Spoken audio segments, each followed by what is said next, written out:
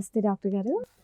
So మరి doctor గారు అంటే బేసిక్‌గా చాలామంది భయపడుతున్నారు ఈ ఏఐ వల్ల గూడా. అంటే ఉద్యోగాలు పోతాయనో, లేకపోతే ఇంకోటో చాలా రకాల ఆందోళనలైతే చెందుతున్నారు. అంటే దీనివల్ల ఎక్కువగా నష్టాలు ఎలా కలుగుతాయి? దేనివల్ల కలుగుతుంది? ఎలాంటి రంగంలో ఎక్కువ మనం చూడొచ్చు నష్టాలు దీనివల్ల? ప్రతి రంగంలో దీని నష్టం ఉంది. ఎలాగంటే దానిలో మనకు ఫీడ్ చేసిన ఇన్ఫర్మేషన్ బట్టి ఉంటుంది. అప్పుడు దానిలో ఒక బయాస్డ్ ఇన్ఫర్మేషన్ ఉందనుకోండి, ఎవరినో తిట్టినట్టు, లేకపోతే ఒక ఫలానా ఒక వర్గాన్ని కోపడినట్టు, దాన్ని న్యాచురల్లీ ఆర్టిఫిషియల్ ఇంటెలిజెన్స్ మెషిన్ అదే మాట్లాడుతుంది.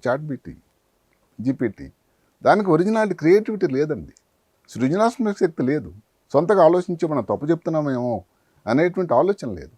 ఈ మధ్యన ఒక చిన్న విషయం జరిగింది. ఒక 4 రోజుల క్రితం ఈ జీపీటీ అని ఏదైతే ఉందో, ఓపెన్ ఇంటెలిజెన్స్ నుంచి ఒక ఇన్స్ట్రుమెంట్ వచ్చింది. ప్రజలందరికీ అది పెద్ద ఇష్యూ అయిపోయింది. అది 16 గంటలు పనిచేయాల. ఇంకా అమెరికా వాసులందరూ ఏం చేయాలో తెలియలా. సరిగ్గా ఎక్కువ తక్కువ మాట్లాడడం, తప్పు మాట్లాడడం, ఒకటి క్వశ్చన్ అడిగితే ఇంకేదో పెడసరంగా భాష సమాధానమేమో, అసలు వీళ్ళందరూ తల పీక్కున్నారు. చివరికి లక్కీగా వాళ్ళు ఏదో మళ్ళీ ఓనర్స్ ఏదైతే చేరి దానిలో ఏదో టెక్నికల్ ప్రాబ్లం వచ్చిందని చెప్పడం, సరి చెప్పడం జరిగింది. అంటే నేను చెప్పడం వల్ల ఏమిటంటే, ఒక మెషిన్ ఎంతైనా మెషినే. అదే కాకుండా ఇప్పుడు పాలిటిక్స్ ఉన్నదనుకోండి, బిజినెస్ అనుకోండి, ఇలాంటి కొన్ని ఉన్నాయి.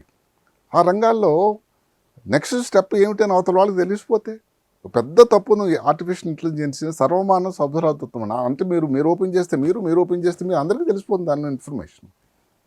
క్రియేటివిటీ ఉండి కాంపిటీషన్ ఉండాలంటే కొన్ని సీక్రెట్లు ఉండాలి, తప్పదు. ట్రేడ్ సీక్రెట్ ఎవరో పాపం న్యూటన్ అంత కష్టపడి అతను సంచాడు, అలెగ్జాండర్ ఫ్లెమింగ్ గారు పెన్సిల్ని కనిపెట్టారు. ఆ సీక్రెట్లు అందరూ అప్పటికే తెలిసిపోతే